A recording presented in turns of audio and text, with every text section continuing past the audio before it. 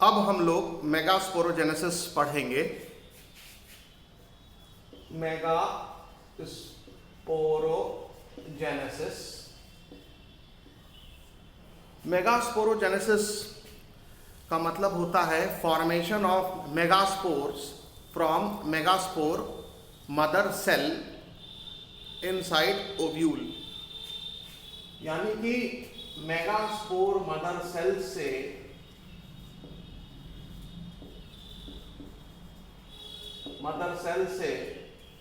Megaspores का बनना megasporogenesis कहलाता है। और ये जो पूरा प्रोसेस होता है ये ओव्यूल में होता है। ओव्यूल मतलब मेगास्पोरेंजियम में होता है। मेगास्पोरेंजियम में होता है।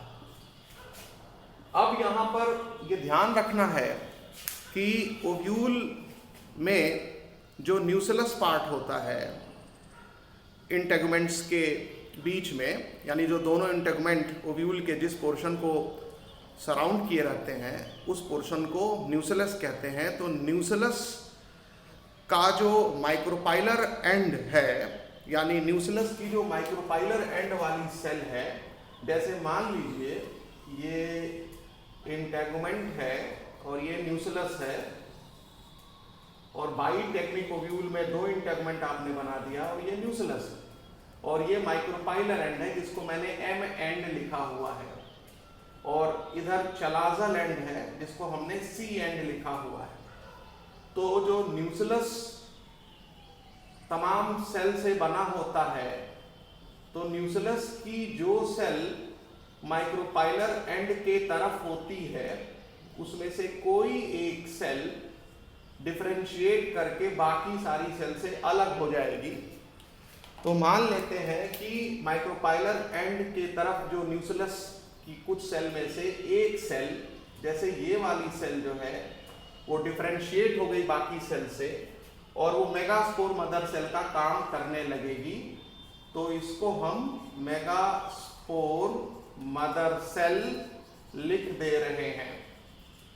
तो न्यूसेलस की जो माइक्रोपाइलर एंड के तरफ का जो पोर्शन है उसकी एक सेल मेगास्पोर मदर सेल में कन्वर्ट हो जाएगी डिफरेंशिएट होकर के, और ये जो मेगास्पोर मदर सेल होगी जिसको शॉर्ट फॉर्म में एमएमसी कहेंगे, ये सेल बाकी सेल्स के रिस्पेक्ट में थोड़ी बड़ी हो जाएगी और इसके अंदर डेंस साइटोप्लाज्म आ जाएगा और इसका न्यूक्लियस काफी स्पष्ट, काफी प्रोमिनेंट हो जाएगा।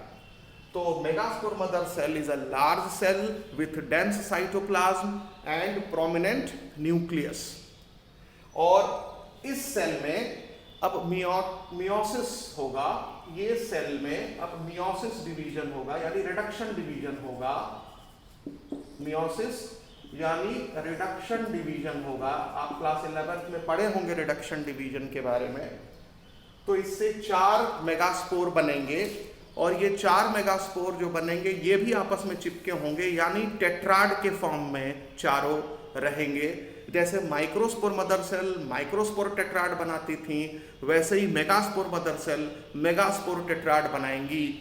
तो न्यूसेलस के अंदर जो माइक्रोपाइलर एंड होगा, उस माइक्रोपाइलर एंड के करीब आपको कुछ समय बाद 4 लीनियर फॉर्म में अरेंज्ड मेगास्पोर दिखेंगे जिनको मेगास्पोर टेट्राड कहेंगे। बट यहां पर सिर्फ एक ही मेगास्पोर मदर सेल बनेगी, ध्यान रखिएगा। जबकि माइक्रोस्पोरेंजियम में बहुत सारी माइक्रोस्पोर मदर सेल थी और बहुत सारे माइक्रोस्पोर टेट्राड बने थे। यहां पर मेगास्पोरेंजियम यानी ओव्यूल में सिर्फ एक ही मेगास्पोर मदर सेल बनेगी और एक ही मेगास्पोर टेट्राड बनेगा। तो ये जो मेगास्पोर टेट्राड होगा ये लीनियर टेट्राड होगा।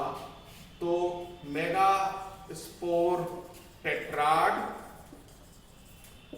और ये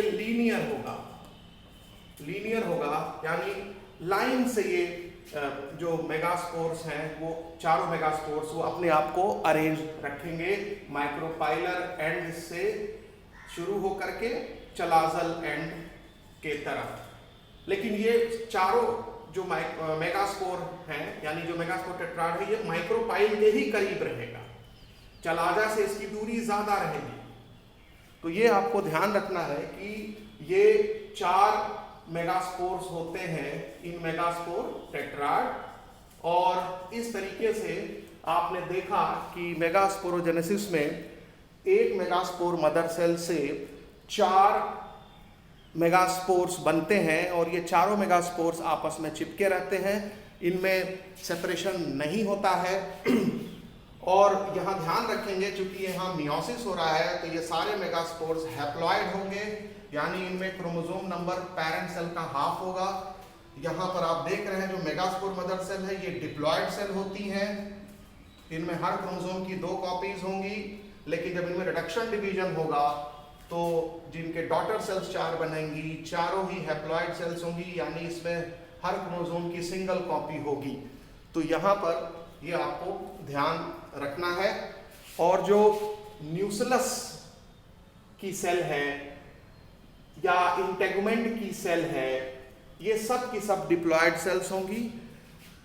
और यहाँ पर जब आप देखेंगे कि ये 4 मेगास्पोर बन जाते हैं, तो इन 4 मेगास्पोर में से एक मेगास्पोर जो होगा वो सिर्फ फंक्शनल होगा, बाकी 3 मेगास्पोर्स डिजनरेट हो जाएंगे। तो यहाँ पर आप ध्यान रखेंगे, जो 3 मेगास्पोर डिजनरेट होंगे वो माइक्रोपाइलर एंड से 3 मेगास्पोर डिजनरेट होंगे। चलाजल एंड वाला मेगास्पोर फंक्शनल होता है मोस्ट कॉमनली। तो ध्यान रखेंगे, एनसीईआरटी बुक हालांकि इसको मेंशन नहीं करती, बस वो ये लिखती है कि 4 मेगास्पोर में से सिर्फ एक मेगास्पोर फंक्शनल होता है। किस एंड वाला फंक्शनल होता है वो मेंशन नहीं करती है। तो यहाँ ध्यान रखेंगे कि माइक्रोपाइलर एंड से 3 मेगास्पोर डिजनरेट कर जाते हैं, सिर्फ एक मेगास्पोर फंक्शनल होता है जो कि चलाजल एंड वाला मेगास्पोर। तो इस टेट्राड के 3 मेगास्पोर डिस्ट्रॉय कर जाते हैं, तो फंक्शनल जो मेगास्पोर होगा वो चलाजल एंड वाला होगा। तो फंक्शनल मेगास्पोर किस तरफ होगा? चलाजल एंड के तरफ होगा। ठीक है, तो ये आपको ध्यान रखना है। और यही फंक्शनल मेगास्पोर जो है आगे चल करके एम्ब्रियो सैक बनाएगा, यानी functional megaspore give rise to embryo sac या female gametophyte, give rise to embryo sac या फीमेल गैमेटोफाइट। तो ये जो गैमेटोफाइट, तो ये चीज आपको समझ में आनी चाहिए कि कौन सा मेगास्पोर एम्ब्रियो सैक या फीमेल गैमेटोफाइट बनाएगा। अब हम देखेंगे कि जो फंक्शनल मेगास्पोर है उससे किस तरीके से फीमेल गैमेटोफाइट या एम्ब्रियो सैक बनता है, और इस प्रोसेस को मेगा गैमेटोजेनेसिस कहा जाता है। तो मेगा गैमेटोजेनेसिस में जो फंक्शनल मेगास्पोर है उससे फीमेल गैमेटोफाइट बनता है, फीमेल गैमेटोफाइट यानी कि एम्ब्रियो सैक बनता है, एम्ब्रियो सैक बनता है। अब यहाँ 4 मेगास्पोर में से सिर्फ एक ही मेगास्पोर बचता है जिसको फंक्शनल मेगास्पोर कहते हैं। 3 मेगास्पोर डिजनरेट कर जाते हैं मेगास्पोर टेट्राड में से। तो एक मेगास्पोर से जब एम्ब्रियो सैक बनता है तो इस तरह के एम्ब्रियो सैक डेवलपमेंट को मोनोस्पोरिक डेवलपमेंट कहा जाता है। तो जो मोनोस्पोरिक डेवलपमेंट है, इसका मतलब हुआ जब एम्ब्रियो सैक के फॉर्मेशन में सिर्फ एक मेगास्पोर हिस्सा ले रहा है तो इसको मोनोस्पोरिक डेवलपमेंट कहा जाता है। तो यहाँ पर आप ये मेंशन कर लेंगे, ये मोनोस्पोरिक डेवलपमेंट का एग्जाम्पल है, क्योंकि मोनोस्पोरिक मतलब एक मेगास्पोर से ये एम्ब्रियो सैक डेवलप हो रहा है। अब यहाँ पर एनसीईआरटी बुक में सवाल पूछा गया है कि कुछ सेल्स या स्ट्रक्चर की प्लॉइडी पूछी गई है।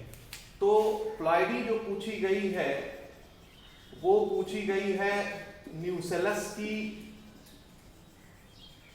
मेगास्पोर मदर सेल की प्लॉइडी पूछी गई है। फिर प्लॉइडी पूछी गई है फंक्शनल मेगास्पोर की प्लॉइडी पूछी गई है।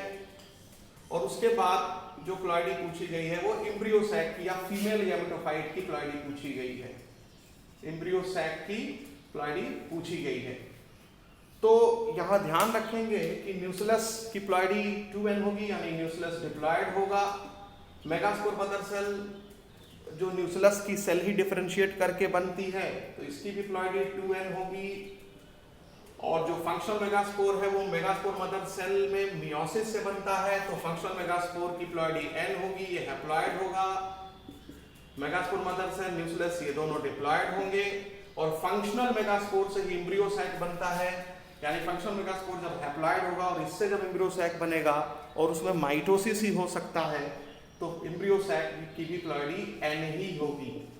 तो यहाँ पर आप बहुत ही ध्यान रखेंगे कि प्लॉइडी क्या होगी अलग अलग स्ट्रक्चर की या सेल की, जैसा कि एनसीईआरटी बुक में पूछा गया है। अब यहाँ पर आप देखेंगे कि जो न्यूसेलस के अंदर जो फंक्शनल मेगास्पोर है वो ये है चलाजल एंड के तरफ वाला, और बाकी जो माइक्रोपाइलर एंड के तरफ जो 3 मेगास्पोर थे वो डिजनरेट कर गए हैं। यानी इसको मैं दिखा दे रहा हूं कि जो 3 मेगास्पोर हैं वो डिजनरेटेड मेगास्पोर हैं ये, और ये जो चलाजल एंड वाला जो मेगास्पोर है ये फंक्शनल मेगास्पोर है। तो इसको हमने लिख दिया, ये फंक्शनल मेगास्पोर है। ये फंक्शनल मेगास्पोर में 3 माइटोटिक डिवीजन दिखाएगा न्यूक्लियस। पहले केवल न्यूक्लियस का डिवीजन होगा लगातार 3 बार, और उसके बाद जब 8 न्यूक्लियस बन जाएंगे उसके बाद ही सेल वॉल फॉर्मेशन होगा। ये ध्यान रखेंगे। तो एम्ब्रियो सैक के फॉर्मेशन में ये ध्यान रखना होगा, बहुत इंटरेस्टिंग थिंग है ये नोट करने का, कि जो माइटोटिक डिवीजन होते हैं एम्ब्रियो सैक के अंदर, मेगास्पोर जो फंक्शनल मेगास्पोर है उसके अंदर, और उससे जो एम्ब्रियो सैक बन रहा है अलग अलग स्टेजेस वाला एम्ब्रियो सैक, उसमें स्ट्रिक्टली फ्री न्यूक्लियर डिवीजन होता है। यानी जब न्यूक्लियस डिवाइड कर जाते हैं, जितने बार डिवाइड करना होता है उसी के बाद सेल वॉल फॉर्मेशन होता है। तो ये फ्री न्यूक्लियर डिवीजन का आप एग्जाम्पल देखते हैं फंक्शनल मेगास्पोर के अंदर, जो कि एम्ब्रियो सैक में कन्वर्ट हो रही है। अब आप देखिए, ये जो फंक्शनल मेगास्पोर है यहाँ दिख रहा है, इसमें इसके न्यूक्लियस में माइटोसिस डिवीजन होगा। तो इसके न्यूक्लियस में जब माइटोसिस डिवीजन होगा तो एक न्यूक्लियस से 2 न्यूक्लियस बनेगा, 2 न्यूक्लियाई बनेंगे, और ये फर्स्ट माइटोसिस हुआ और 2 न्यूक्लियस बना। और ये 2 न्यूक्लियस बनने के बाद ये दोनों न्यूक्लियस जो है वो अपोजिट पोल पर चले जाएंगे। एक इस पोल पर चला जाएगा और एक इस पोल पर चला जाएगा।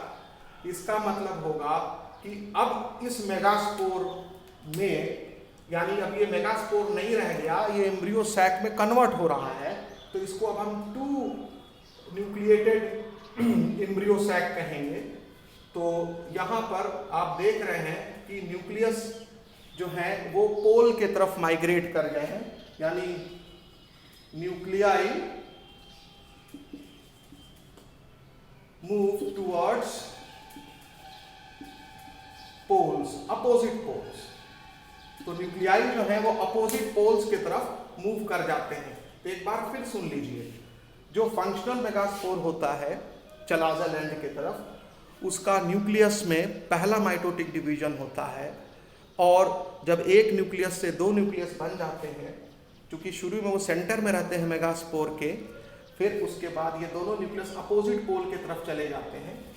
तो अब ये जो है 2 nucleated stage of embryo sac जिसको कहा जाएगा, या इसको कहा जाएगा 2 न्यूक्लिएटेड एम्ब्रियो सैक। तो ये 2 न्यूक्लिएटेड एम्ब्रियो सैक हुआ।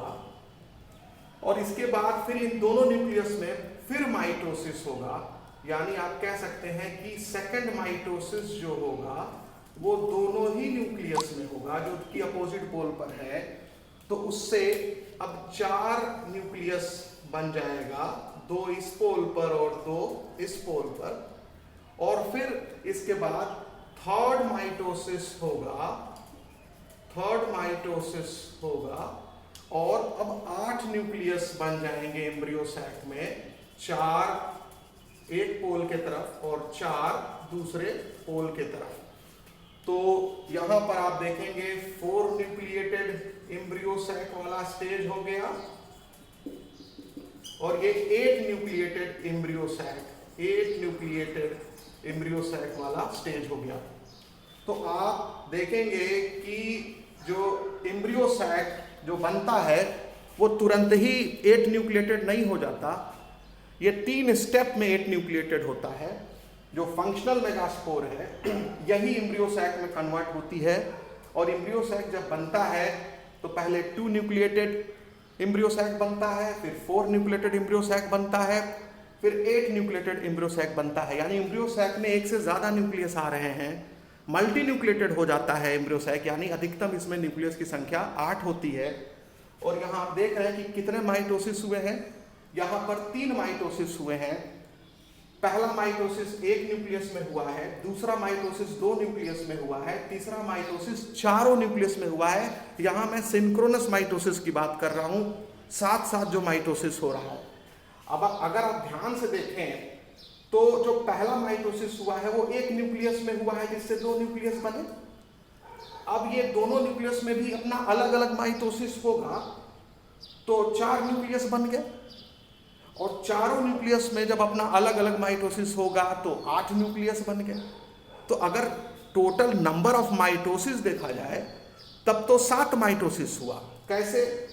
जब इसमें 1 माइटोसिस हुआ तो 2 न्यूक्लियस बने, यहाँ 2 न्यूक्लियस में से दोनों में ही माइटोसिस हुआ तो 4 न्यूक्लियस बने, यानी कि 3 बार माइटोसिस हुआ तब जाके 4 न्यूक्लियस बने। और उसके बाद इन चारों में अपना अलग अलग माइटोसिस हुआ तो 8 न्यूक्लियस बने। तो 4 माइटोसिस, 2 माइटोसिस और 1 माइटोसिस, यानी टोटल 7 माइटोसिस हुए। तो यहाँ ध्यान रखना है कि सिंक्रोनस माइटोसिस यानी 7 माइटोसिस तो 3 बार हुआ, यानी 1 न्यूक्लियस से 2 न्यूक्लियस बना, फिर 2 से 4 बना, फिर 4 से 8 बना। तो यहाँ पर जो हमने फर्स्ट माइटोसिस, सेकंड माइटोसिस और थर्ड माइटोसिस लिखा है वो सिंक्रोनस माइटोसिस लिखा है। लेकिन टोटल नंबर ऑफ माइटोसिस अगर देखा जाए तो यहाँ पर आप 7 बार माइटोसिस देख रहे हैं। तो ये आप ध्यान रखना है। और ये फ्री न्यूक्लियर डिवीजन का उदाहरण है। यहाँ पर ये मेंशन कर लेंगे कि फ्री न्यूक्लियर डिवीजन हो रहा है इन फंक्शनल मेगास्पोर या आप कह सकते हैं डेवलपिंग एम्ब्रियो सैक। तो फ्री न्यूक्लियर डिवीजन जो हो रहा है वो फंक्शनल मेगास्पोर में हो रहा है या डेवलपिंग एम्ब्रियो सैक में हो रहा है। एम्ब्रियो सैक यहाँ पर 3 स्टेजेस आ गई, 2 nucleated embryo sac, 4 nucleated embryo sac, 8 nucleated embryo sac. और इसमें आप देख रहे हैं सेल वॉल फॉर्मेशन नहीं हो रहा है। सेल वॉल फॉर्मेशन तभी होता है जब न्यूक्लियस फाइनली डिवाइड हो जाते हैं। इसके बाद अब इनमें कोई डिवीजन नहीं होना है, यानी 8 न्यूक्लिएटेड एम्ब्रियो सैक जब बन जाता है तभी इसके बाद सेल वॉल का फॉर्मेशन होता है। इसका मतलब हर बार कैरियोकाइनेसिस तो हो रही है लेकिन इमीडिएटली सेल वॉल फॉर्मेशन नहीं हो रहा है, इमीडिएट साइटोकाइनेसिस नहीं हो रहा है। ये ध्यान रखना है आपको। अब जैसा कि आपको पता है कि एम्ब्रियो सैक के अंदर फ्री न्यूक्लियर डिवीजन के वजह से 8 न्यूक्लियस आ चुके हैं। तो इन 8 न्यूक्लियस में से 6 न्यूक्लियस के चारों ओर सेल वॉल का फॉर्मेशन होगा, यानी cell wall is laid down around 6 nuclei of embryo sac और उससे 6 सेल्स बनेंगी। तो आइए देखें कि कैसे सेल वॉल फॉर्मेशन होता है और कैसे फुली डेवलप्ड एम्ब्रियो सैक बनता है। तो ये मान लीजिए फंक्शनल मेगास्पोर के अंदर जो फ्री न्यूक्लियर डिवीजन हुआ और अलग अलग स्टेजेस एम्ब्रियो सैक के बने 2 न्यूक्लिएटेड, 4 न्यूक्लिएटेड और 8 न्यूक्लिएटेड, और उसके बाद जो न्यूक्लियस बने 8, इसमें से 4 न्यूक्लियस एक पोल के तरफ आ गए बने थे और 4 न्यूक्लियस दूसरे पोल के तरफ बने थे। इसमें से जो 4 न्यूक्लियस एक पोल के तरफ बने थे उसको कह देते हैं एम्ब्रियो सैक का माइक्रोपाइलर एंड, और इधर कह देते हैं एम्ब्रियो सैक का चलाज़ल एंड।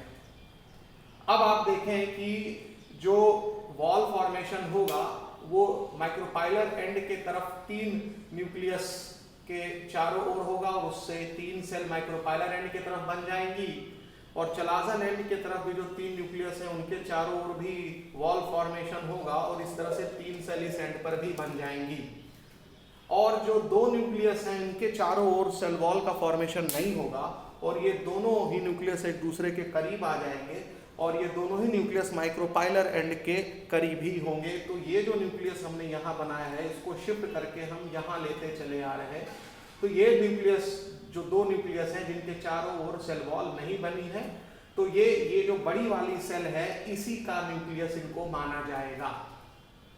अब यहाँ एनसीईआरटी बुक लिखती है कि एम्ब्रियो सैक में जो सेल्स का डिस्ट्रीब्यूशन होता है वो कैरेक्टरिस्टिक होता है, यानी there is characteristic distribution of the cell within embryo sac. तो ये जो पूरा स्ट्रक्चर आप देख रहे हैं ये फुली डेवलप्ड एम्ब्रियो सैक है। तो इसको हम लिख सकते हैं कि ये फुली डेवलप्ड एम्ब्रियो सैक है, ये फुली डेवलप्ड एम्ब्रियो सैक या फीमेल गैमेटोफाइट, और इसमें आपको टोटल 7 सेल्स दिख रहे हैं एंड 8 न्यूक्लियस दिख रहे हैं। तो फुली डेवलप्ड जो एम्ब्रियो सैक होता है वो 7 सेल एंड 8 न्यूक्लिएटेड होता है, 8 न्यूक्लिएटेड होता है। अब यहाँ जो सेल्स का कैरेक्टरिस्टिक डिस्ट्रीब्यूशन है वो किस प्रकार से है इसको समझते हैं। इसमें जो माइक्रोपाइलर एंड है ये ध्यान रखिएगा, ये न्यूसेलस है और न्यूसेलस के अंदर ही ये एम्ब्रियो सैक डेवलप हुआ है, फंक्शनल मेगास्पोर से डेवलप हुआ है, ध्यान रखिएगा। तो माइक्रोपाइलर एंड पर जो 3 सेल्स हैं उसमें जो बीच वाली सेल है वो एग सेल है, और जो किनारे वाली दोनों सेल्स हैं वो सिनर्जिड्स हैं। तो एक सिनर्जिड ये है और दूसरी सिनर्जिड ये है।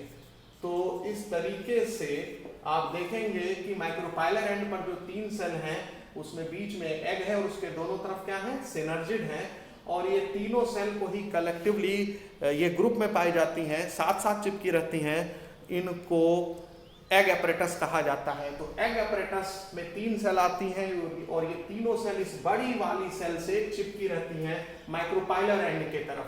तो एग एपरेटस ध्यान रखना है कि एग एपरेटस में 2 सिनर्जिड्स आती हैं और एक एग आती है, और एग को ही फीमेल गैमीट कहा जाता है। तो एग को ही फीमेल गैमीट कहा जाता है। एग एपरेटस में 2 सिनर्जिड आती हैं और एक एग आती है, और एग को ही फीमेल गैमीट कहा जाता है। अब माइक्रोपाइलर एंड के बाद अब चलाज़ल एंड की तरफ आइए। एम्ब्रियो सैक का जो चलाज़ल एंड होता है यहाँ पर 3 एंटीपोडल्स हैं। तो ये जो 3 सेल हैं इनको एंटीपोडल्स कहा जाएगा। तो ये एंटीपोडल्स हो गई, और ये एंटीपोडल्स जो हैं वो चलाज़ल एंड पर होती हैं, एम्ब्रियो सैक के चलाज़ल एंड वाले हिस्से से चिपकी रहती हैं, मतलब सेंट्रल सेल के चलाज़ल एंड वाले पोर्शन से चिपकी रहती हैं। अब आप देखेंगे बीच में ये जो 2 न्यूक्लियाई हैं इनको पोलर न्यूक्लियाई कहा जाता है, पोलर न्यूक्लियाई कहा जाता है। ये पोलर न्यूक्लियाई, ये जो बड़ी वाली सेल है, ये जो बड़ी वाली सेल है जिसको हम सेंट्रल सेल कहते हैं, उसके अंदर होते हैं ये। तो ये सेंट्रल सेल के माने जाते हैं दोनों पोलर न्यूक्लियाई। तो टोटल जो एम्ब्रियो सैक 7 सेल्ड और 8 न्यूक्लिएटेड है, उसमें 7 सेल कौन कौन सी हैं? तो 7 सेल में एक सेल ये सेंट्रल सेल हो गई जिसके अंदर 2 न्यूक्लियस है, ये बाई न्यूक्लिएटेड सेल होती है, इनको पोलर न्यूक्लियाई कहते हैं। उसके बाद एक सेल एग सेल हो गई, 2 सिनर्जिड्स हो गई और 3 एंटीपोडल्स हो गए। तो टोटल आपने देखा कि एम्ब्रियो सैक में 7 सेल्स हैं, और अगर न्यूक्लियस को काउंट करें तो दो सिनर्जिड के दो न्यूक्लियस, एक एग का न्यूक्लियस, दो पोलर न्यूक्लियाई और एंटीपोडल के 3 न्यूक्लियस, तो टोटल ये 8 न्यूक्लियस हो गए। So fully developed embryo sac is 7 celled and 8 nucleated. ये तो क्लियर हो गया। और सेल वॉल का फॉर्मेशन सबसे बाद में हो रहा है, और वो भी केवल 8 में से 6 न्यूक्लियस के चारों ओर ही सेल वॉल बनी है। यानी कि साइटोकाइनेसिस की बात करें, सेल वॉल की बात करें, तो माइटोसिस तो 7 बार हुआ है टोटल, लेकिन जो सेल वॉल बनी है वो सिर्फ 6 सेल के लिए जिम्मेदार है, ये भूलिएगा नहीं। अब यहाँ पर आप देखें, जो सिनर्जिड्स होती हैं, सिनर्जिड्स में फिलीफॉर्म एपरेटस पाया जाता है। ये मान लीजिए सिनर्जिड है, ये सिनर्जिड है, और बीच में क्या है, ये एग सेल है मान लीजिए। तो जो सिनर्जिड्स होती हैं दोनों तरफ एग सेल के, इसमें फिलीफॉर्म एपरेटस होता है, केमिकल से भरा हुआ बैग समझ लीजिए आप इसको, पाया जाता है। ये फिलीफॉर्म एपरेटस होता है, फिलीफॉर्म एपरेटस पाया जाता है सिनर्जिड्स में, और ये पॉलन ट्यूब को गाइड करता है अपने तरफ, यानी अट्रैक्ट करता है पॉलन ट्यूब को अपने तरफ। तो सिनर्जिड्स में फिलीफॉर्म एपरेटस पाया जाता है, और ये फिलीफॉर्म एपरेटस का काम है पॉलन ट्यूब को गाइड करना, क्योंकि जब पॉलन ग्रेन स्टिग्मा पर गिरते हैं और उनका जर्मिनेशन होता है, पॉलन ट्यूब बनता है, तो पॉलन ट्यूब आप देखते हैं कि वो अपने आप ही लंबा होते होते वो एम्ब्रियो सैक के करीब पहुंच जाता है, और जो सिनर्जिड हैं, जो फट रही होती हैं सिनर्जिड, डिजनरेटिंग सिनर्जिड होती हैं, उसके अंदर पॉलन ट्यूब अपने कंटेंट को छोड़ देता है। तो आखिर पॉलन ट्यूब को कौन खींच रहा है सिनर्जिड के तरफ, तो वो सिनर्जिड के अंदर मौजूद जो फिलीफॉर्म एपरेटस होता है वो गाइड करता है पॉलन ट्यूब को सिनर्जिड के अंदर। आइए अब हम एम्ब्रियो सैक की प्लॉइडी को डिस्कस करें, उसके अंदर जितनी भी सेल्स पाई जाती हैं उनकी प्लॉइडी क्या होती है। तो ये सवाल पूछा जाता है, तो जरा ध्यान से ऑब्जर्व करिएगा। ये पूरा जो एम्ब्रियो सैक है 7 सेल्ड 8 न्यूक्लिएटेड, ये पूरा का पूरा हैप्लॉइड स्ट्रक्चर है, एम्ब्रियो सैक यानी फीमेल गैमेटोफाइट। और इसमें ये जो बड़ी वाली सेल देख रहे हैं, सेंट्रल सेल देख रहे हैं, ये वास्तव में फंक्शनल मेगास्पोर ही है जो कि सेंट्रल सेल में कन्वर्ट हो गई है, और उसके बाद इसके अलावा 6 और सेल्स नई बनी हैं, जो कि उसमें एक एग सेल है, 2 सिनर्जिड है और 3 एंटीपोडल्स हैं। तो अगर आप देखें तो सेंट्रल सेल के अंदर जो ये दोनों पोलर न्यूक्लियाई देख रहे हैं, ये दोनों ही हैप्लॉइड हैं, और जो एग है, एग भी हैप्लॉइड स्ट्रक्चर है, जो सिनर्जिड्स हैं दोनों, ये भी हैप्लॉइड स्ट्रक्चर्स हैं, और जो एंटीपोडल्स हैं ये तीनों भी हैप्लॉइड स्ट्रक्चर्स हैं। तो इस तरीके से चाहे सिनर्जिड हो या एग हो या एंटीपोडल हो या central cell with 2 polar nuclei हो, वो हैप्लॉइड स्ट्रक्चर है। अब यहाँ पर 2 न्यूक्लियस है एंटीपोडल के अंदर सेंट्रल सेल के, तो इसको हम n+n कहेंगे, और इसको आप जोड़ मत दीजिएगा कि 2n यानी डिप्लॉयड मान लीजिएगा, यानी ये दोनों ही न्यूक्लियस अलग अलग हैं और दोनों के ही अंदर हर क्रोमोसोम की केवल सिंगल कॉपी है। जब तक क्रोमोसोम की 2 कॉपी साथ ना आ जाए तब तक डिप्लॉयड नहीं होता है। यदि ये दोनों आपस में फ्यूज हो जाते, जैसा कि फर्टिलाइजेशन जब हम आपको पढ़ाएंगे तो बताएंगे, तो कभी कभी क्या होता है कि ये दोनों पोलर न्यूक्लियाई आपस में फ्यूज भी कर जाते हैं फर्टिलाइजेशन से ठीक पहले। तो जब फ्यूज कर जाएंगे तो एक ही न्यूक्लियस आ जाएगा, उसको सेकेंडरी न्यूक्लियस कहेंगे। तो sometimes when the 2 polar nuclei get fused, secondary nucleus is formed, और जब सेकेंडरी न्यूक्लियस बनेगा तब ही इन दोनों के क्रोमोसोम्स जो पहले अलग अलग थे अब साथ साथ आके पेयरिंग कर लेंगे, तो तब वहां पर 2n कह देंगे आप सेकेंडरी न्यूक्लियस को। तो ये ध्यान रखिएगा कि एम्ब्रियो सैक में जब तक सेकेंडरी न्यूक्लियस नहीं बनता है सेंट्रल सेल में, तब तक आप एम्ब्रियो सैक को कंप्लीट हैप्लॉइड स्ट्रक्चर कहेंगे। तो ये आप जान लीजिए कि कई दफा जो 2 पोलर न्यूक्लियाई होते हैं ये खुद तो हैप्लॉइड होते हैं, लेकिन कई बार ये दोनों फ्यूज कर जाते हैं, और उस फ्यूज्ड पोलर न्यूक्लियाई को सेकेंडरी न्यूक्लियस कहा जाता है। तो जब 2 पोलर न्यूक्लियाई सेंट्रल सेल के अंदर कई बार फ्यूज कर जाते हैं, तो उसको सेकेंडरी न्यूक्लियस कहा जाता है, और तब इसकी प्लॉइडी 2n हो जाती है। फर्टिलाइजेशन के कुछ समय पहले ऐसा कई बार प्लांट्स में देखा गया है। अब हम पॉलिनेशन के बारे में डिस्कशन करेंगे।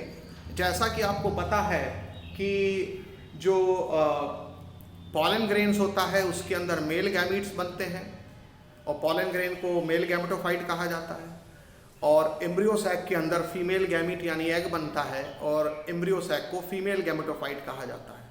पॉलन ग्रेन और एम्ब्रियो सैक दोनों की लोकेशन अलग अलग होती है और उनके अंदर जो गैमीट्स बनते हैं, एक में मेल गैमीट और एक में फीमेल गैमीट, वो दोनों भी एक दूसरे के पास नहीं होते।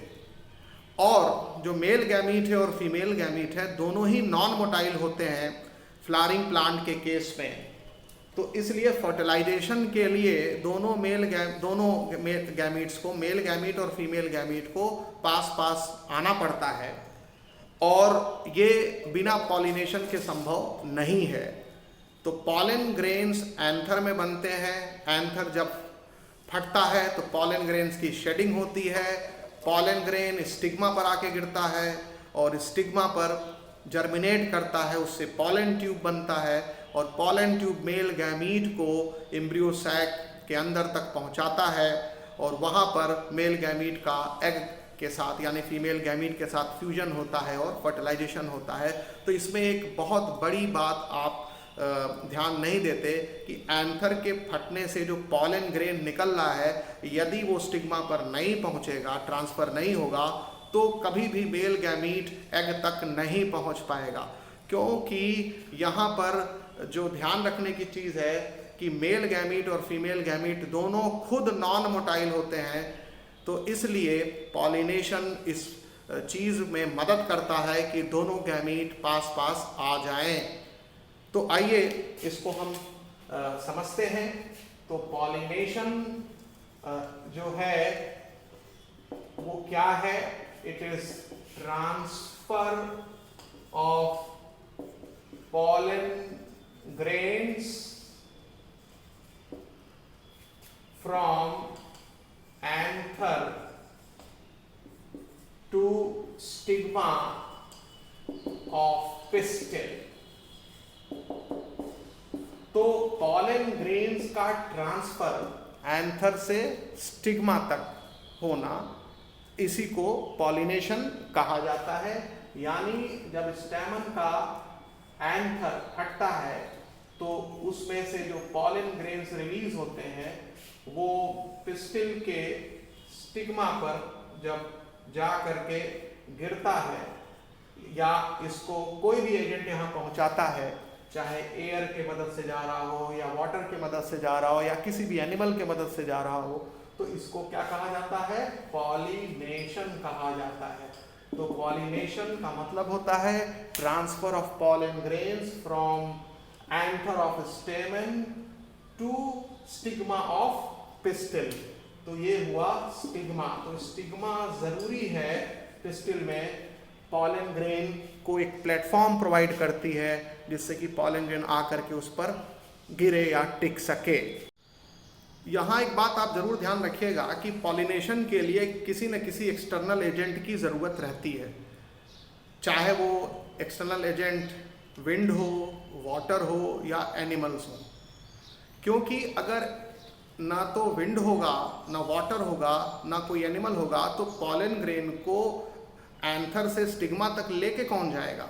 तो एनसीईआरटी बुक ये मेंशन करती है कि पॉलिनेशन को होने के लिए किसी न किसी एक्सटर्नल एजेंट की आवश्यकता पड़ती है। दूसरी जो चीज़ आपको ध्यान रखनी है कि डिफरेंट प्लांट स्पीशीज़ में, फ्लावरिंग प्लांट की बात मैं कर रहा हूँ, आप अलग अलग तरीके से पॉलिनेशन को देखते हैं और ये अलग अलग इन्वायरमेंटल कंडीशन में पाए जाने के वजह से उनमें ये अलग अलग तरीके का एडाप्टेशन डेवलप हुआ रहता है। तो इसको आप कुछ ऐसे समझ लें कि flowering plants have evolved an amazing array of adaptations to achieve pollination. तो आप अलग अलग प्लांट को अगर ऑब्जर्व करेंगे, एंजियोस्पर्मिक प्लांट को अलग अलग इन्वायरमेंटल कंडीशन में, तो उनमें पॉलिनेशन के बहुत अलग अलग और इंटरेस्टिंग मैकेनिज्म आपको दिखाई देंगे। तो ये भी बहुत इम्पॉर्टेंट पॉइंट है जिसको आपको ध्यान में रखना पड़ेगा। अब इसके बाद एनसीईआरटी बुक में पॉलिनेशन को क्लासिफाई किया गया है on the basis of source of pollen. तो आइए इसकी बात करते हैं। तो पहला पॉइंट तो ये है कि पॉलिनेशन जो है ये रिक्वायर्स एक्सटर्नल एजेंट, यानी पॉलिनेशन के लिए एक्सटर्नल एजेंट्स की जरूरत पड़ती है। अब इसके बाद हम लोग बात करेंगे कि पॉलिनेशन के टाइप की। तो on the basis of source of pollen, कि पॉलन का सोर्स क्या है। On the basis of source of pollen, pollination is of 3 types. Pollination is of 3 types। Pollination 3 तरीके का होता है। इसमें एक है ऑटोगैमी, दूसरा है जाइटोनोगैमी और तीसरा है जीनोगैमी। तो on the basis of source of pollen, pollination is of 3 types: autogamy, geitonogamy and xenogamy. आइए पहले इन तीनों टर्म्स को समझते हैं। मान लीजिए हमने यहाँ पर 2 प्लांट्स बनाए हैं और इमेजिन कर लेते हैं कि एक ही स्पीशीज के 2 प्लांट हैं और हमने फ्लावर बनाया है और फ्लावर में जो रिप्रोडक्टिव पार्टिकल उसी को दिखा रहे हैं। तो इसमें हमने पिस्टिल बना दिया है और इसमें हमने स्टैमेंस बना दिए हैं। ऐसे हमने कुछ फ्लावर्स बना दिए हैं दोनों ही प्लांट्स में, और सभी फ्लावर को हमने यहाँ बाइसेक्सुअल रखा है और इस प्लांट पर भी हमने फ्लावर बना दिया है। ऐसे कुछ फ्लावर बना दिया है दोनों ही प्लांट पर, और फ्लावर को हमने ऐसे ही बाइसेक्सुअल रखा है। अब देखिए, जब किसी फ्लावर के एंथर से पॉलन ग्रेन निकल करके उसी फ्लावर के स्टिग्मा पर गिरता है तो इसको कहेंगे ऑटोगैमी। और जब किसी फ्लावर के एंथर से पॉलन ग्रेन निकल करके उसी प्लांट के दूसरे फ्लावर के स्टिग्मा पर गिरता है तो इसको कहेंगे जाइटोनोगैमी। और जब किसी प्लांट में एंथर से पॉलन ग्रेन निकल करके दूसरे प्लांट के किसी फ्लावर के स्टिग्मा पर गिरता है तो इसको कहेंगे जीनोगैमी। तो ये बहुत ही आसान है समझना। ऑटोगैमी में आपने क्या देखा कि एंथर जिस फ्लावर का है, यानी पॉलन ग्रेन जिस फ्लावर से निकल रहा है उसी फ्लावर के स्टिग्मा पर गिर भी रहा है, यानी transfer of pollen grain from anther to stigma of same flower. तो ये हो गया autogamy. Transfer of pollen grain from anther to stigma of different flower on same plant, तो वो जाइटोनोगैमी हो गया। और transfer of pollen grain from anther to stigma of different flower on different plant, तो ये जीनोगैमी हो गया। तो आइए इनके डेफिनेशन को हम लिख लेते हैं। ऑटोगैमी क्या है एक बार फिर सुन लें। Transfer of pollen grains from anther to stigma of same flower, यानी यहां प्लांट भी नहीं बदला, फूल भी नहीं बदला, यानी पॉलन ग्रेन के अंदर जो जीन्स हैं और जो एग के अंदर जो जीन्स हैं वो क्या है, वो सेम है क्योंकि प्लांट भी सेम है। उसी तरह से जब हम जाइटोनोगैमी की बात करेंगे कि यहाँ पर जो पॉलन ग्रेन का ट्रांसफर हो रहा है वो एक फूल से निकल करके पॉलन ग्रेन उसी प्लांट के दूसरे फूल के स्टिग्मा पर गिर रहा है, यानी यहाँ भी जीन्स नहीं बदल रहे हैं, यानी जेनेटिकली सिमिलर है, प्लांट क्योंकि सेम है। लेकिन जब प्लांट बदल जाएगा तो जीन्स भी बदल जाएंगे, तो इसलिए जीनोगैमी में क्या होगा कि जीन्स बदल जाते हैं। पॉलन ग्रेन एक प्लांट से निकला और दूसरे प्लांट के फूल के स्टिग्मा पर गिर गया, तो तो ये आपको ध्यान रखना है कि ऑटोगैमी, जीनोगैमी और जाइटोनोगैमी को पहले समझना है, उसके बाद इसका डिफिनीशन लिखना है। तो इसके डिफिनीशन में autogamy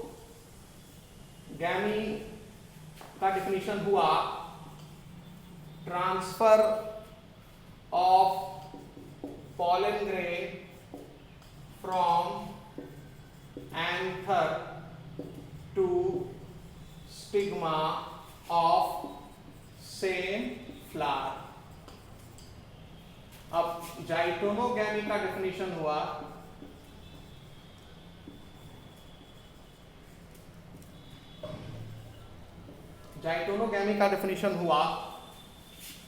transfer of pollen grain from anther to stigma of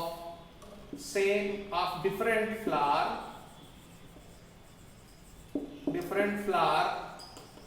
on same plant।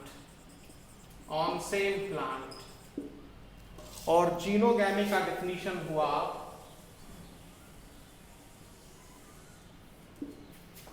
Transfer of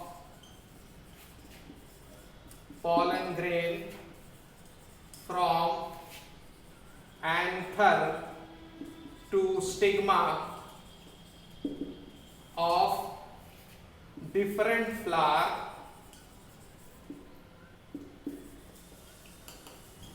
on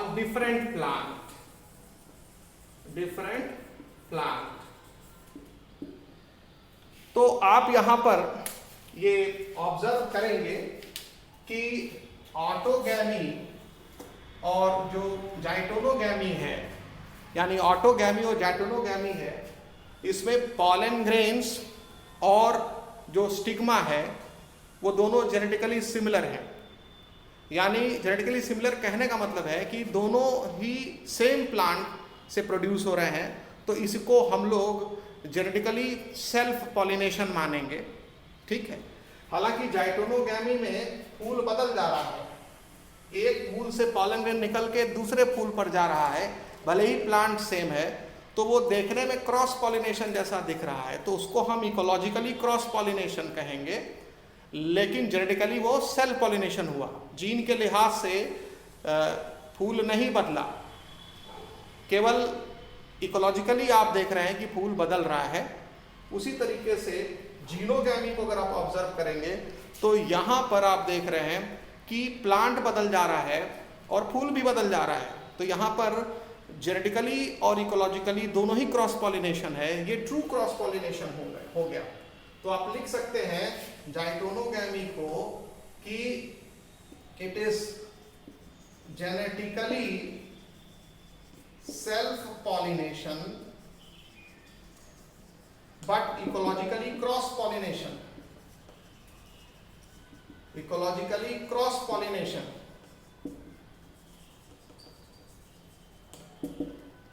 जबकि ऑटोगैमी जो है ये ट्रू सेल्फ पॉलिनेशन हुआ, मतलब इसे फूल ही नहीं बदला, तो प्लांट भी नहीं बदला, फूल भी नहीं बदला, तो ये जेनेटिकली और इकोलॉजिकली दोनों ही सेल्फ पॉलिनेशन का एग्जांपल हो गया।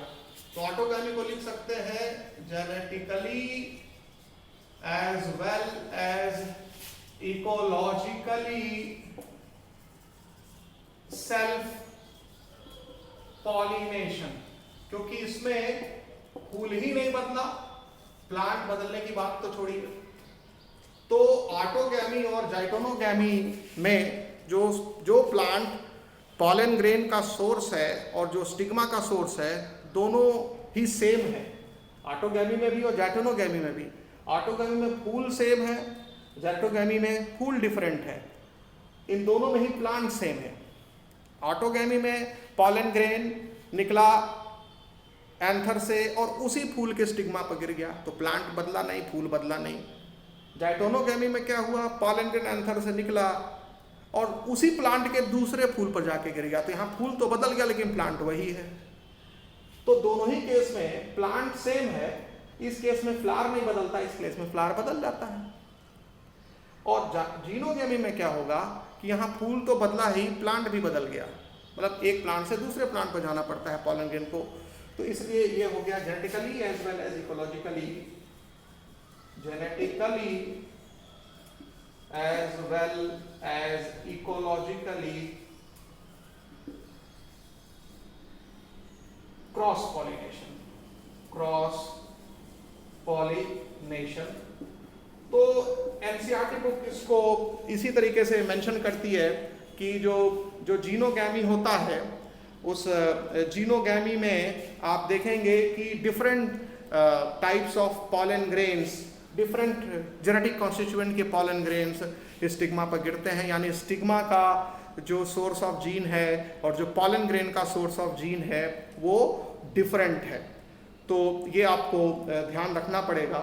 तो ये इन तीनों में अकेला ऐसे तरह का पॉलिनेशन है जिसमें पॉलन ग्रेन्स के जो जीन्स का सोर्स है और जो स्टिग्मा के जीन्स का सोर्स है वो डिफरेंट है। उसको एनसीईआरटी बुक कुछ इस तरह से लिखती है कि xenogamy is the only type of pollination which during pollination brings together different types of pollen grains to the genetically different types of pollen grains to the stigma। यानी स्टिग्मा और pollen grains genetically different type के होते हैं, ये ध्यान रखना है आपको। तो ये हो गया ऑटोगैमी, जाइटोनोगैमी और जीनोगैमी का डिफिनीशन, इसको आप अच्छे से लिख लीजिए। आइए अब हम ऑटोगैमी के बारे में डिटेल डिस्कशन करते हैं। ऑटोगैमी जैसा कि आपको पता चल चुका है सेल्फ पॉलिनेशन है, ट्रू सेल्फ पॉलिनेशन है। इसमें पॉलन ग्रेन्स एंथर से निकल करके उसी फ्लावर के स्टिग्मा पर गिर जाता है। तो ये जेनेटिकली और फंक्शनली दोनों तरीके से ही ये सेल्फ पॉलिनेशन हुआ। जाइटोनोगैमी में क्या था कि एंथर से पॉलन ग्रेन निकला और उसी प्लांट के दूसरे फ्लावर पर जाके गिर गया। तो फंक्शनली तो ये क्रॉस पॉलिनेशन हुआ, मतलब इकोलॉजिकली तो ये क्रॉस पॉलिनेशन हुआ, परंतु जेनेटिकली ये भी सेल्फ पॉलिनेशन है क्योंकि प्लांट सेम है। बट हम यहाँ बात सिर्फ ऑटोगैमी की करेंगे। तो ऑटोगैमी को आप सेल्फ पॉलिनेशन मान लीजिए हर तरीके से। अब जनरली नॉर्मली आप देखते हैं कि फ्लावर जो है वो ओपन रहते हैं, खिले रहते हैं, फूल खिले रहते हैं, जिससे कि उनका जो स्टेमन है और उनका जो पिस्टिल है या आप कहें एंथर है और स्टिग्मा है वो एक्सपोज्ड रहता है, इन्वायरमेंट के कांटेक्ट में रहता है। क्योंकि फूल खिला है तो एंथर भी इन्वायरमेंट के कांटेक्ट में है, स्टिग्मा भी इन्वायरमेंट के कांटेक्ट में है। तो उस केस में सेल्फ पॉलिनेशन हो ही या ऑटोगैमी हो ही, इसका चांस रेयर रहता है। कंप्लीट ऑटोगैमी का चांस रेयर रहता है, ऐसा एनसीईआरटी बुक लिखती है। क्योंकि क्रॉस पॉलिनेशन भी हो सकता है, फूल खिला हुआ है, फूल खुला हुआ है, उसका एंथर एक्सपोज्ड है, उसका स्टिग्मा एक्सपोज्ड है, कहीं दूसरे जगह से पॉलन ग्रेन आकर के स्टिग्मा पर गिर सकता है। तो सेल्फ पॉलिनेशन का चांस तो खत्म हो गया, कम हो गया। तो इसलिए एनसीईआरटी बुक ये लिखती है कि एक नॉर्मल फ्लावर में जो कि खुले रहते हैं, खिले रहते हैं और उनमें एंथर और स्टिग्मा एक्सपोज्ड रहता है इन्वायरमेंट से, तो वहां पर कंप्लीट ऑटोगैमी का चांस रेयर रहता है। उसके बाद दूसरा जो पॉइंट मेंशन है कि अगर खुले हुए फ्लावर में, यानी एक एक्सपोज्ड फ्लावर में जिसका कि स्टिग्मा और एंथर एक्सपोज्ड है, तो उसमें ऑटोगैमी का चांस तभी बढ़ेगा जब पॉलन रिलीज होने का समय और स्टिग्मा के रिसेप्टिव होने का समय, मतलब मैच्योर होने का समय, दोनों क्या हो, सेम हो। पता चला कि एंथर फटा, पॉलन ग्रेन स्टिग्मा पर गिरा, लेकिन उस समय स्टिग्मा मैच्योर ही नहीं हुई है, रिसेप्टिव ही नहीं हुई है कि वो पॉलन ग्रेन के साथ इंटरैक्ट करे और पॉलन ट्यूब बने। तो स्टिग्मा की रिसेप्टिविटी और पॉलन ग्रेन के रिलीज में सिंक्रोनी होनी चाहिए। अगर फूल खिला हुआ है, खुला हुआ है, तो इंश्योर हो जाएगा कि हाँ ऑटोगैमी होगी। और दूसरी चीज, एंथर और स्टिग्मा की लोकेशन भी एकदम क्लोज होनी चाहिए। पता चला स्टेमन काफी लंबा है, स्टिग्मा काफी नीचे है, पिस्टल का साइज छोटा होने की वजह से, तो पॉलन ग्रेन पहुंच ही नहीं पा रहा, इधर उधर बिखर जा रहा, बहुत कम चांस है पॉलन ग्रेन का स्टिग्मा पर पहुंचने का।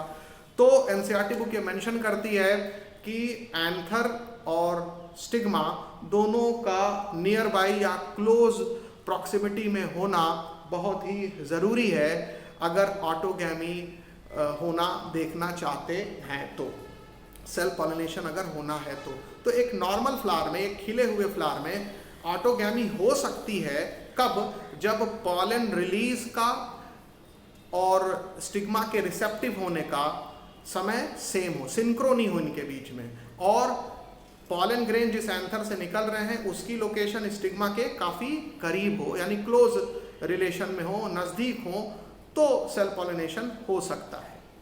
तो यहाँ पर ये चीज़ आपको ध्यान रखना पड़ेगा।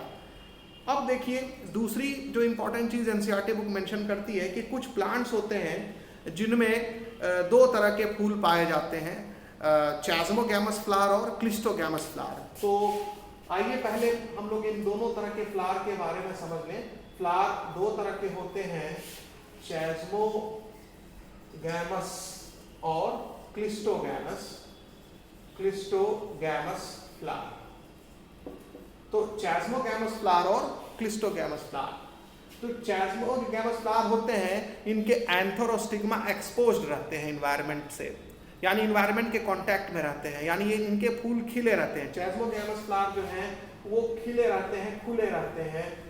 मतलब ये है कि इनका स्टिग्मा और इनका स्टैमन्स बिल्कुल इन्वायरमेंट के कांटेक्ट में रहता है। ये इनका पेटल है, ये इनका सेपल है।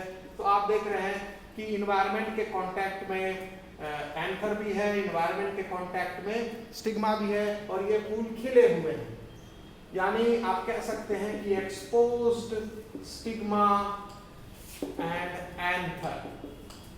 तो ऐसे फ्लावर जिनमें एक्सपोज्ड स्टिग्मा एंड एंथर होते हैं, इनको चैस्मोगैमस फ्लावर कहा जाता है। तो ये चैस्मोगैमस फ्लावर हो गया। और क्लिस्टोगैमस फ्लावर जो होते हैं वो बंद रहते हैं, दे रिमेन क्लोज्ड। तो क्लिस्टोगैमस फ्लावर जो होते हैं वो बंद रहते हैं, दे रिमेन क्लोज्ड, और इनके स्टिग्मा और एंथर एक्सपोज्ड नहीं होते हैं, क्योंकि इनमें सेपल पेटल्स जो है वो खुलते नहीं हैं, वो बंद रखते हैं। तो ये क्लोज्ड है। ये आप देख रहे हैं ये फ्लावर खिलते ही नहीं है। तो आप यहाँ देखेंगे कि ये फ्लावर जो है वो क्लोज्ड है, these flower never open।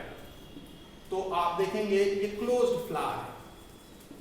तो क्लोज्ड फ्लावर है, तो यानी stigma and anther are never exposed to the environment, यानी यहाँ पर स्टिग्मा और एंथर इन्वायरमेंट के संपर्क में कभी नहीं रहते, और ये क्लोज्ड फ्लावर है। तो इस तरह के फ्लावर को क्लिस्टोगैमस फ्लावर कहा जाता है। तो क्लिस्टोगैमस फ्लावर जो होते हैं वो कभी भी खिलते नहीं हैं, और क्लिस्टोगैमस फ्लावर जो है वो हमेशा बंद रहते हैं, और इनमें जो है कभी भी क्रॉस पॉलिनेशन तो हो ही नहीं सकता। इनमें सिर्फ और सिर्फ सेल्फ पॉलिनेशन होता है, यानी ऑटोगैमी होती है कि इनके एंथर से पॉलन ग्रेन निकलेगा और यहीं बगल में स्टिग्मा मौजूद है, उस पर जाके गिर जाएगा। तो एक तरह से कहा जाए कि क्लिस्टोगैमस फ्लावर में self pollination is a rule, यानी यहाँ पर ऑटोगैमी इज अ रूल। इसमें कहीं से भी क्रॉस पॉलिनेशन की कोई संभावना नहीं होती है। जबकि चैस्मोगैमस फ्लावर में सेल्फ पॉलिनेशन उस परिस्थिति में होगा, यानी ऑटोगैमी उस कंडीशन में होगा जब स्टिग्मा और पॉलन रिलीज दोनों सिंक्रोनस होंगे। स्टिग्मा की रिसेप्टिविटी और पॉलन ग्रेन का रिलीज दोनों सिंक्रोनस होगा, साथ साथ होगा, और दोनों ही नजदीक होंगे, एंथर और स्टिग्मा दोनों ही नजदीक होंगे, नहीं तो इसमें क्रॉस पॉलिनेशन का चांस ज्यादा होता है। अब यहाँ ये चीज जरूर ध्यान रखिएगा कि 3 ऐसे प्लांट्स हैं जिनमें चैस्मोगैमस और क्लिस्टोगैमस फ्लावर पाए जाते हैं। कौन कौन से ये 3 प्लांट्स हैं? ये है वायोला, जिसको कि कॉमन पैंजी भी कहा जाता है, दूसरा है ऑक्सैलिस, और तीसरा है कोमेलिना। तो ये आप नाम नहीं भूलेंगे। एनसीईआरटी बुक में जो चैस्मोगैमस और क्लिस्टोगैमस फ्लावर दिखाया है, जिस प्लांट में नाम नहीं लिखा है, वो कोमेलिना का प्लांट है, ध्यान रखिएगा। तो ये तीनों ही प्लांट में चैस्मोगैमस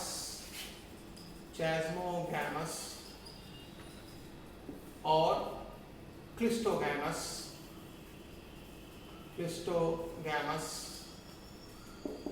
फ्लावर पाए जाते हैं।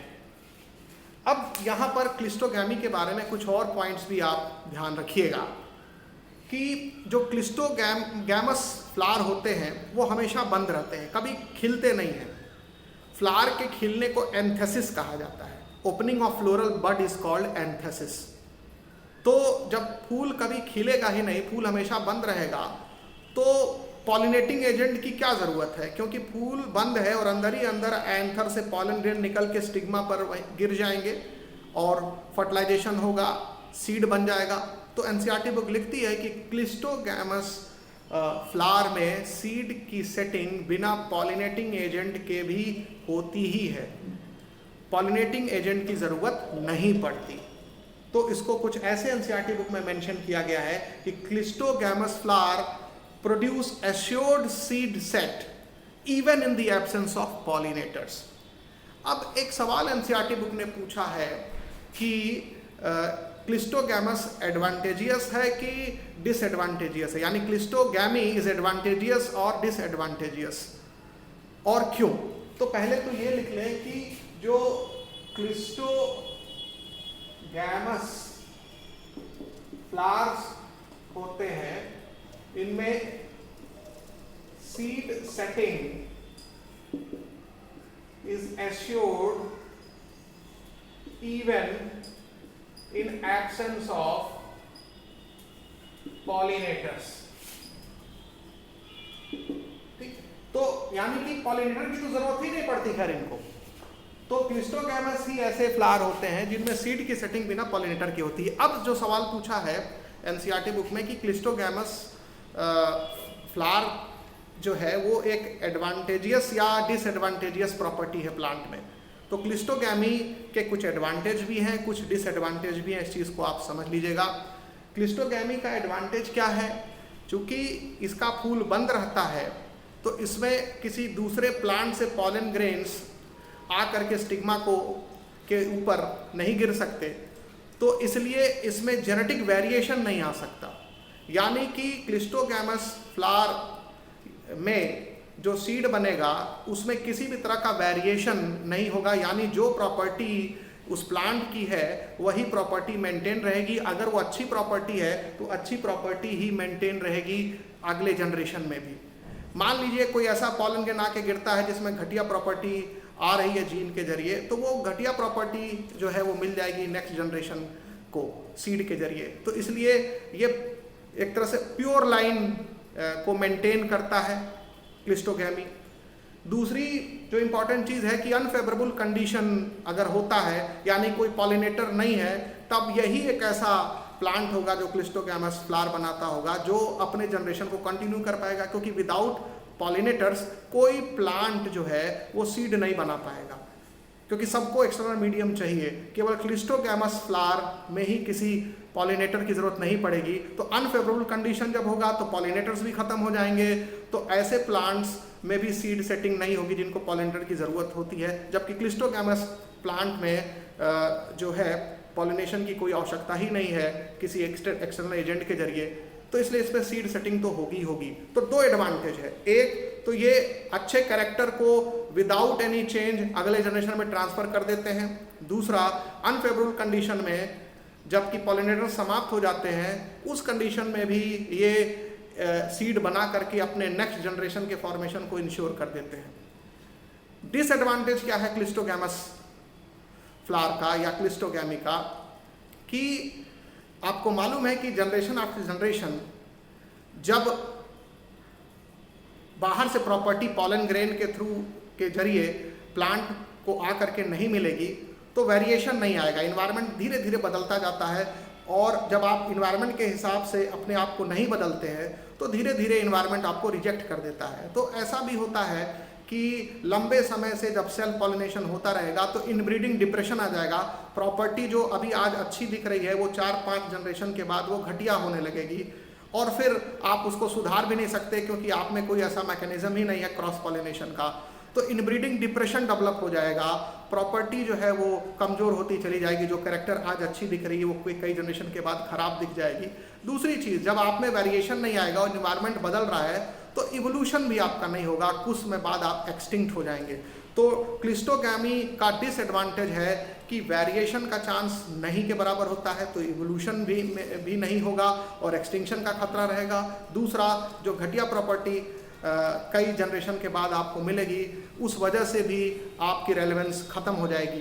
तो तो क्लिस्टोगैमी का एडवांटेज भी है और डिसएडवांटेज भी है, और उसका रीज़न हमने समझा दिया है।